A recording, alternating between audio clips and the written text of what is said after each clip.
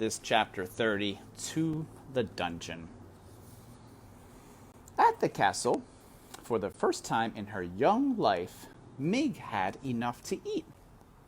And eat she did. She quickly became plump, and then plumper still.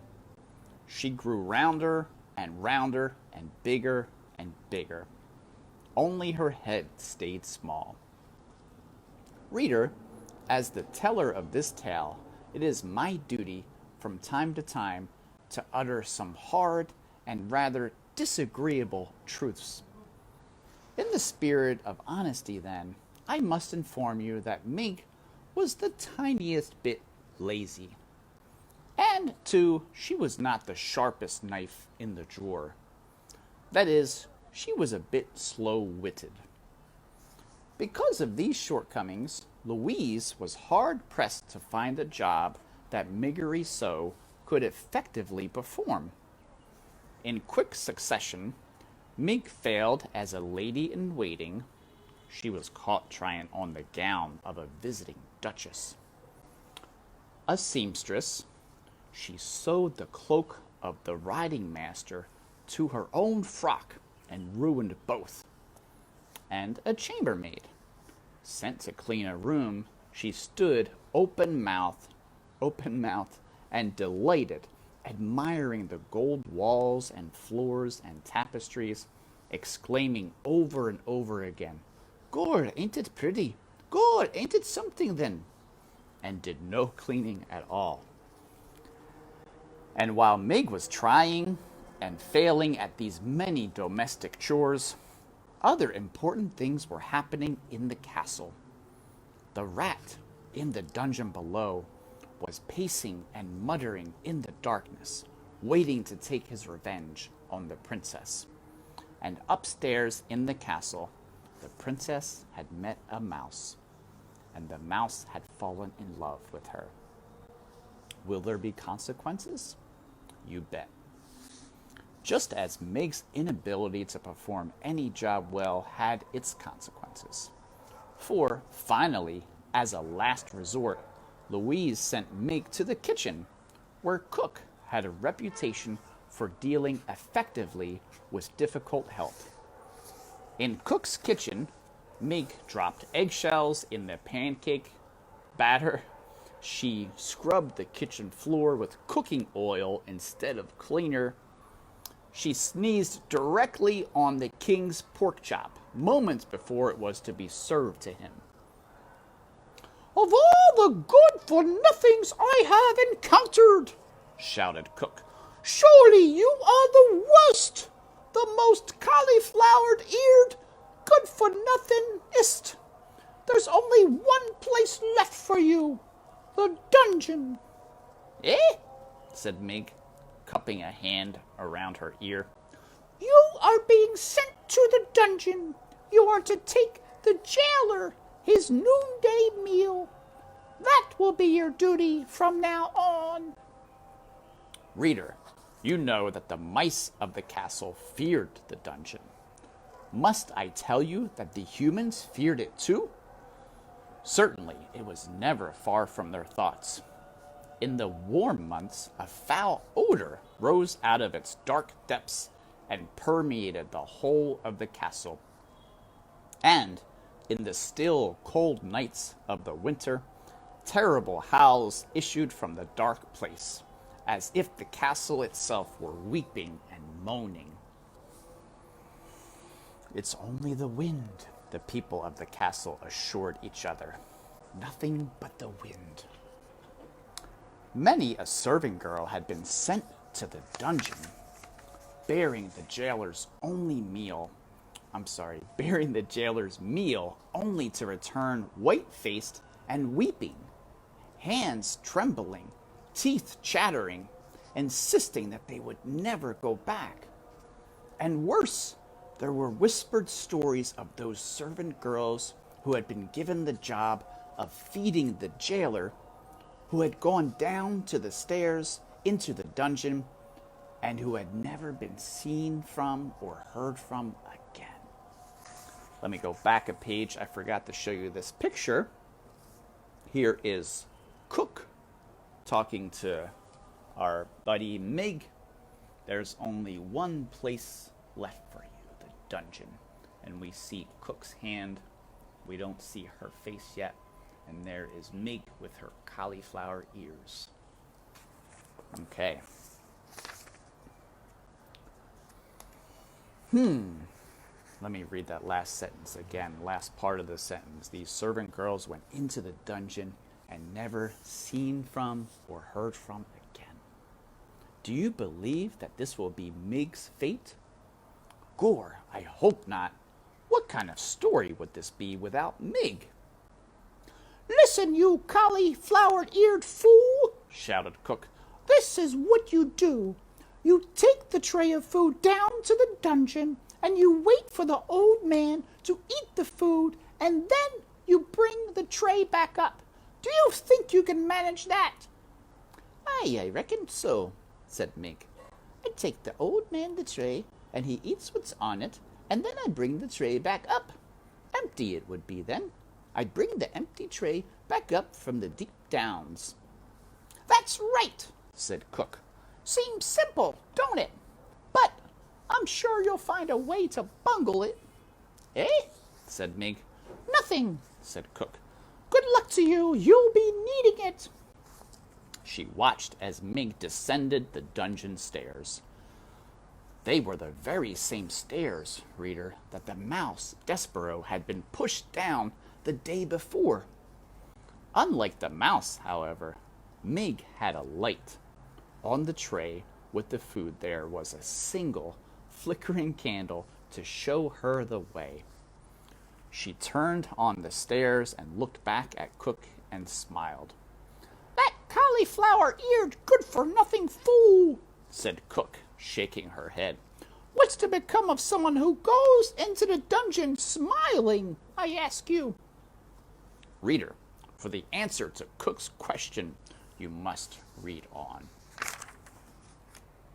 Chapter 31, A Song in the Dark. The terrible, foul odor of the dungeon did not bother Mig. Perhaps that is because sometimes when Uncle had been giving her a good clout to the ear, he had missed his mark and delivered a good clout to Mig's nose instead. This happened often enough that it interrupted the proper workings of Mig's olfactory senses. And so it was that the overwhelming stench of despair and hopelessness and evil was not at all discernible to her, and she went happily down the twisting and turning stairs. Gord, she shouted. It's dark, ain't it? Yes, it is, Mig, she answered herself. But if I was a princess, I would be so glittery like. There wouldn't be a place in the world that was dark to me. At this point, Despereaux broke into a little song that went something like this. I ain't the Princess Pea, but someday I will be the pea baby. Someday I will be. Mig, as you can imagine, wasn't much of a singer, more of a bellower, really. But in her little song there was, to the rightly tuned ear, a certain kind of music.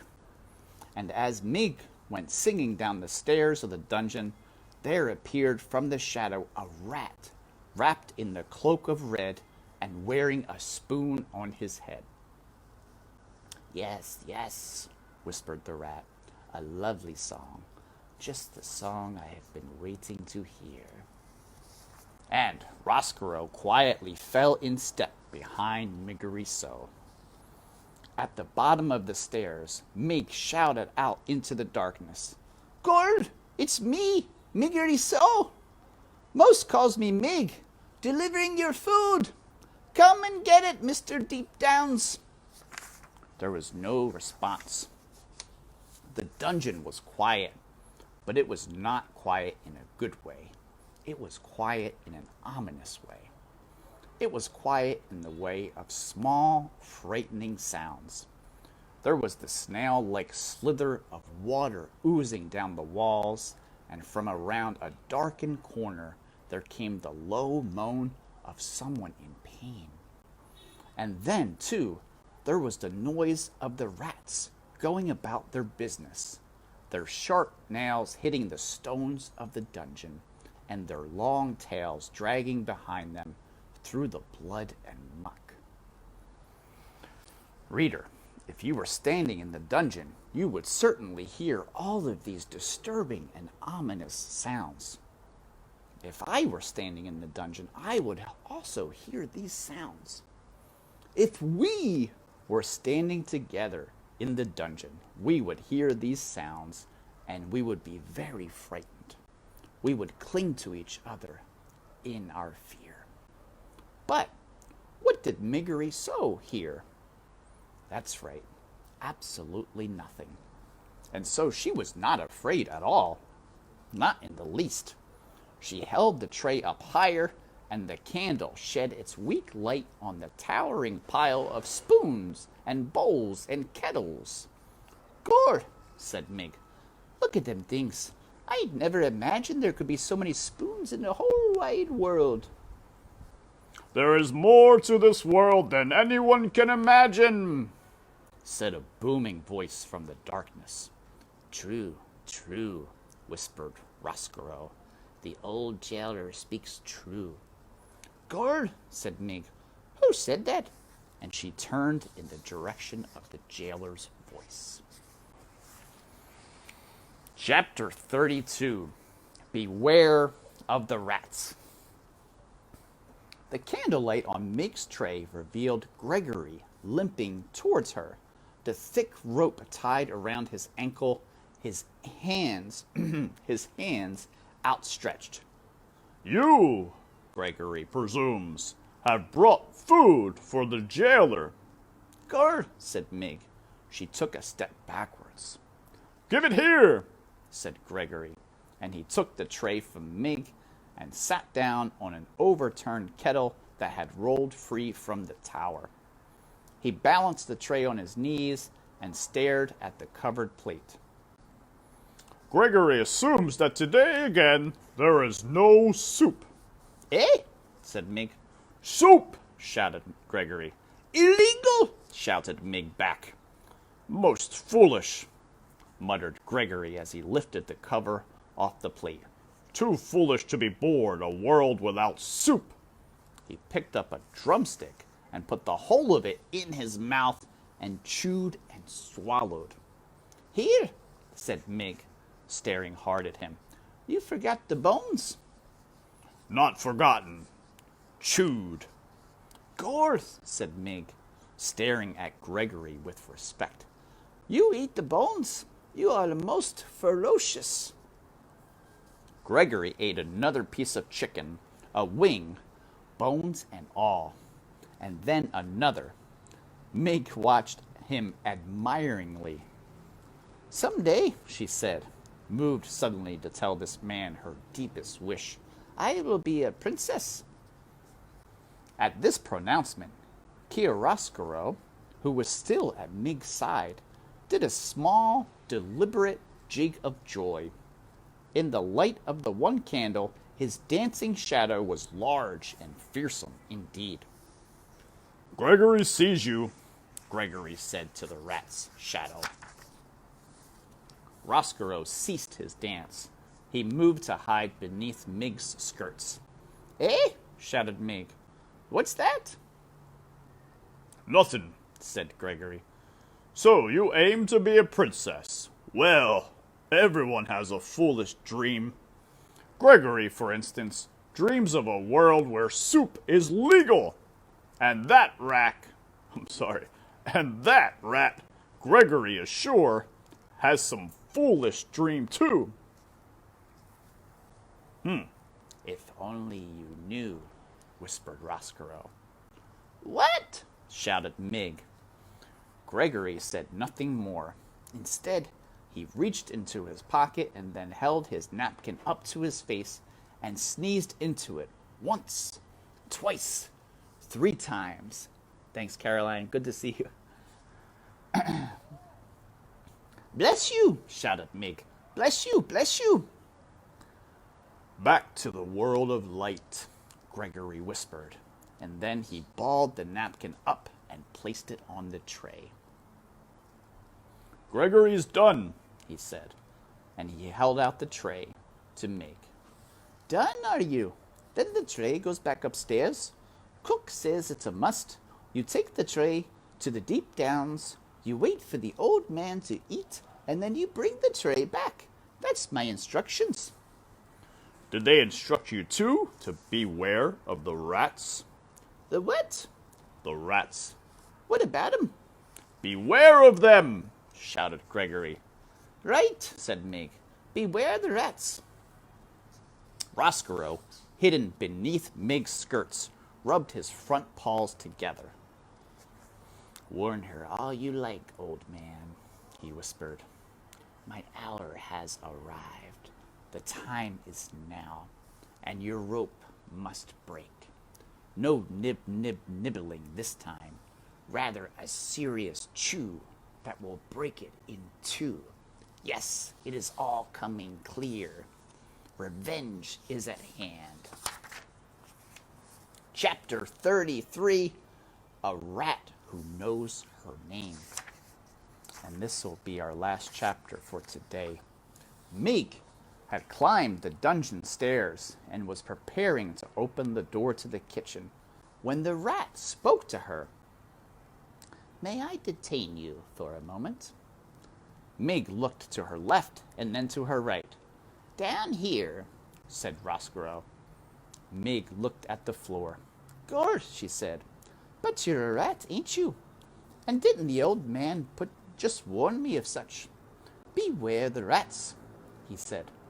She held the tray up higher so that the light from the candle shone directly on Roscoe and the golden spoon on his head and the blood-red cloak around his neck. There is no need to panic, none at all, said Roscoe. As he talked, he reached behind his back and, using the handle, he raised the soup spoon off his head, much in the manner of a man lifting his hat to a lady. Gord, said Mig, a rat with manners. Yes, said Roscoe. How do you do? My papa had him some red cloth just like yours, Mr. Rat, said Mig. Red just like that. He traded me for it. Ah, said Roscoe, and he smiled a large, knowing smile. Ah, did he really? That is a terrible story, a tragic story. Reader, if you will pardon me, we must pause for a moment to consider a great and unusual thing, a portentous thing. That great, unusual, portentous thing is this. Roscoe's voice was pitched perfectly to make its way through the tortuous path of Mig's broken down cauliflower ears. That is to say, dear reader, Miggery So heard perfect and true every single word the rat Roscoe uttered. You have known your share of tragedy, said Roscoe to Mig. Perhaps it is time for you to make the acquaintance of triumph and glory. Triumph, said Mig. Glory? Allow me to introduce myself, said Roscoe. I am Roscoe. Friends call me Roscoe. And your name is Miggery So. And it is true, is it not, that most people call you simply Mig? Ain't that the thing? She shouted. A rat who knows my name! Miss Miggery, my dear, I do not want to appear too forward so early in our acquaintance, but may I inquire, am I right in ascertaining that you have aspirations? What do you mean, aspirations? Shouted Mig. Miss Miggery, there is no need to shout. None at all. As you can hear me, so I can hear you. We two are perfectly suited each to the other. Roscoe smiled again, displaying a mouthful of sharp yellow teeth. Aspirations, my dear, are those things that would make a serving girl wish to be a princess. Gore, said Mig, a princess is exactly what I want to be. There is, my dear, a way to make that happen. I believe that there is a way to make that dream come true. You mean I could be the Princess Pea? Yes, your highness, said Roscoe, and he swept the spoon off his head and bowed deeply at the waist. Yes, your most royal Princess Pea. Gore, said Mig, may I tell you my plan? May I illustrate for you how we can make your dream of becoming a princess a reality? Yes, said Mig, yes. It begins, said Roscoe, with yours truly and the chewing of a rope. Meg held the tray with the one small candle burning bright as she listened as the rat went on, speaking directly to the wish in her heart. So passionately did Roscoe speak, and so intently did the serving girl listen, that neither noticed as the napkin on the tray moved. Nor did they hear the small mouse-like noises of disbelief and outrage that issued from the napkin as Roscoe went on unfolding, step by step, his diabolical plan to bring the princess to darkness. Okay, that's the end of the chapter and also end of the third book. We've seen before our author is kind of dividing it. Book 1, Book 2, Book 3, and I think the last chapters are all part of Book 4. We will continue this tomorrow. One question to leave you with: the napkin that's moving on the tray and the small mouse-like noises coming from it. What is your guess? Who is that? What is happening? Maybe you can remember an earlier scene from way back that might help us. We'll see you next time. Thanks for tuning in. See you tomorrow.